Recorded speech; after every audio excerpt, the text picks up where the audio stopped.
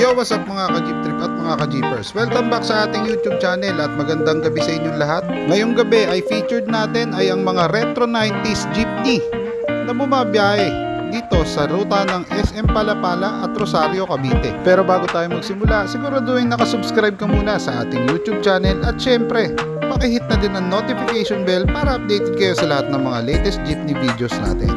Kaya tara, samahan nyo ako reviewin ng specs ng unit ng founder ng Team Otis na gawa ng Valley Forge Special. Okay, kasama natin si Boss Derek. Boss Derek, no? Ayan.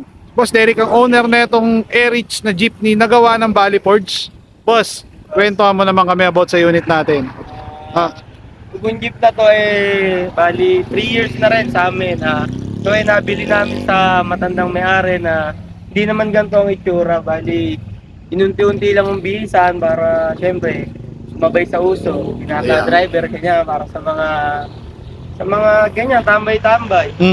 Bali ito nakuha namin sa unang may-ari 25 years. Tapos bali yung sa amin nasa 3 taon na, bali 28 years na po ito, itong jeep na to. Pero yun po, na-maintain naman kahit pa paano. Yun, so from the first owner, 25 years sa kanya. And then sa inyo, 3 years lang. Opo, boss. Ay, nakwento mo sa akin kanina, sir, ang jeep na ito is halos wala na. Kumbaga, parang normal na jeep lang. Tipong busy ito na may linya na binibiyahe lang ng matandang driver. Ganun na lang, kumbaga biyahe-biyahe na lang. Biyahe na lang. Ayan. So, ngayon naunti-unti na ni boss. Unti-unti naman kahit pa paano na hindi naman ganun kaganda, pero linis. Yan. Yan ang pinaka key sa pag may maintenance ng jeep, sir. Anong makina ng unit natin na to? 4BC2 po, modelo. 4BC2 modelo. Bali sir, ito na itsura niya. Ano nakuha nyo? Yung nakuha po, hindi. Bali, corona, papalit. Palit pa. Salamin, pinaremodel namin. Okay. Balik na po. Ito, halos repair na rin lahat kasi may mga tama-tama, bangka-bangka. Ayan. So sir, sino pala nag-repair niyan way back? Bali, may po kami, sariling latero. Sa bahay lang ginagawa to. Pero ang pagkakalam ko po, dating latero ni Milwaukee, ayan.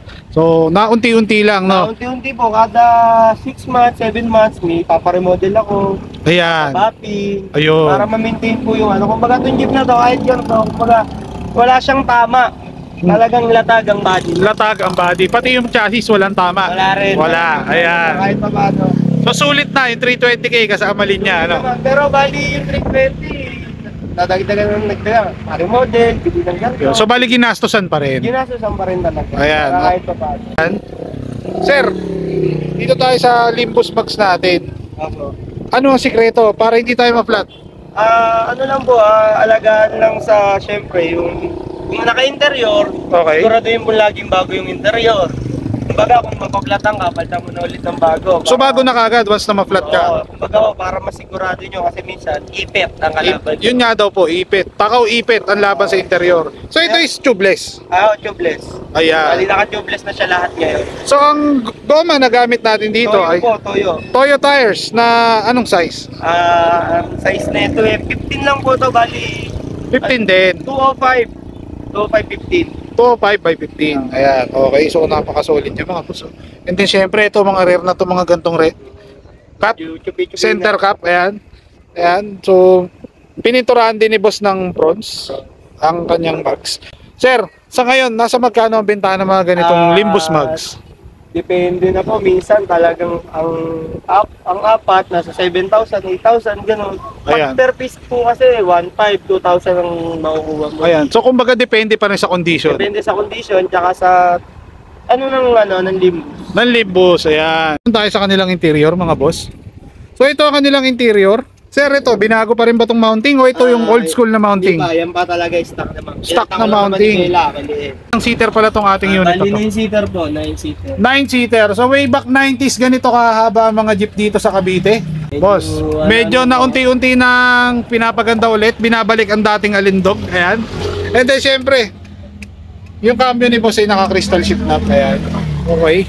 So sir, kamusta naman to sa biyahe dito sa atin sa Dito po sa biyahe sa amin sa Tehero, SMF sa Palapala, okay naman po. nasa magkano ba ang pamasahe ng diretso Ang natin? diretsuhan po, SM Palapala to EPSA, 42 po. 42. Opo. So grabe rin pala, malayo rin pala, no? Malayo po, bali 23 kilometers po ang pagkakalam po, 21 kilometers. Alam natin sir, yung SM Palapala is yung nasa Dasmariñas. Apo, Tama ba? SM Dasma SM Das. kung tawagin. So, Dasmariñas. ang daan sa may Governor's Drive, tama Opo. ba? Ayan. Okay. And then, syempre, ito yung mga trademark dati dito eh. May hagdanan sa gilid. So, ito yung headband. Tapos, syempre, ito yung parang hindi ko alam kung lawin to o agila yung tawag nila rito. Corona to eh, di ba boss? Ayan. And then, syempre, yung top load doon sa dulo. Ito yung mga typical na nilalagay sa mga jeepney na Cavite way back 90s. Ayan. And then meron din siyang KB dito sa dulo. Ngayon eh ginawa na lang na stainless.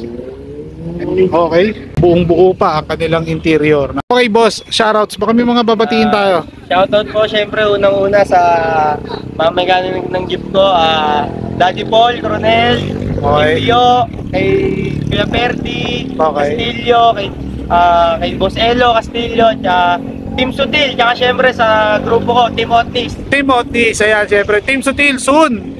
Sana may feature natin sa ating YouTube channel yan. Fastest jeepney na yan.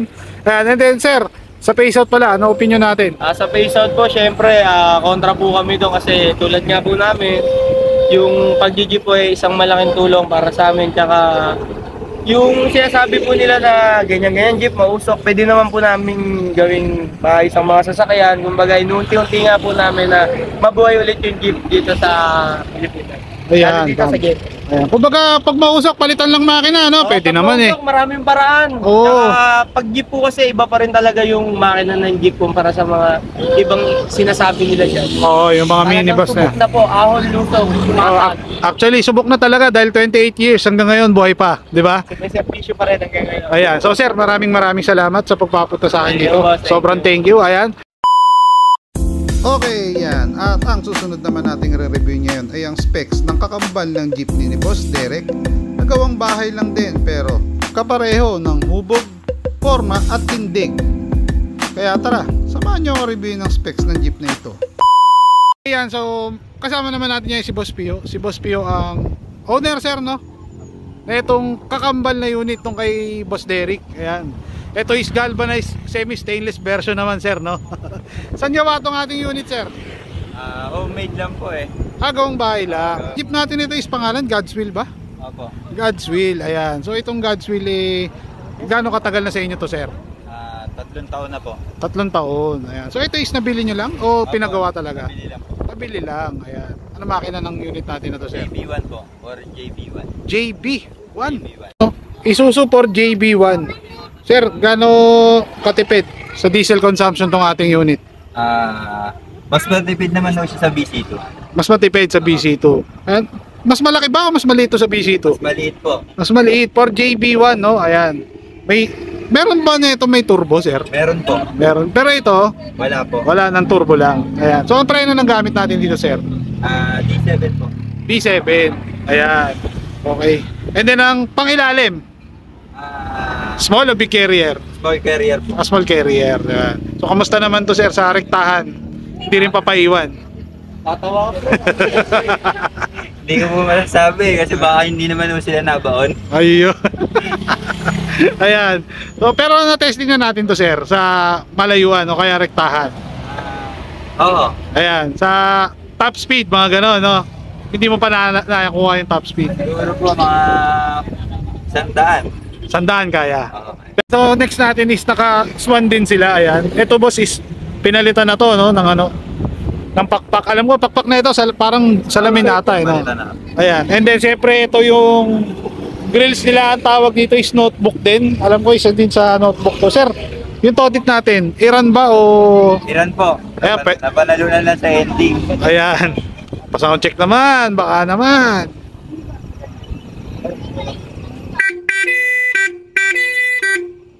Okay.